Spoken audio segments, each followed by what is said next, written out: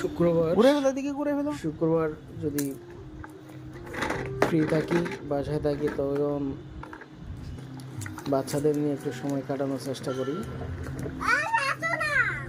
বিভিন্ন তুমি কি জায়গায় করতেছো? জায়গার বায়না থাকে, কিন্তু তুমি কি করতেছো?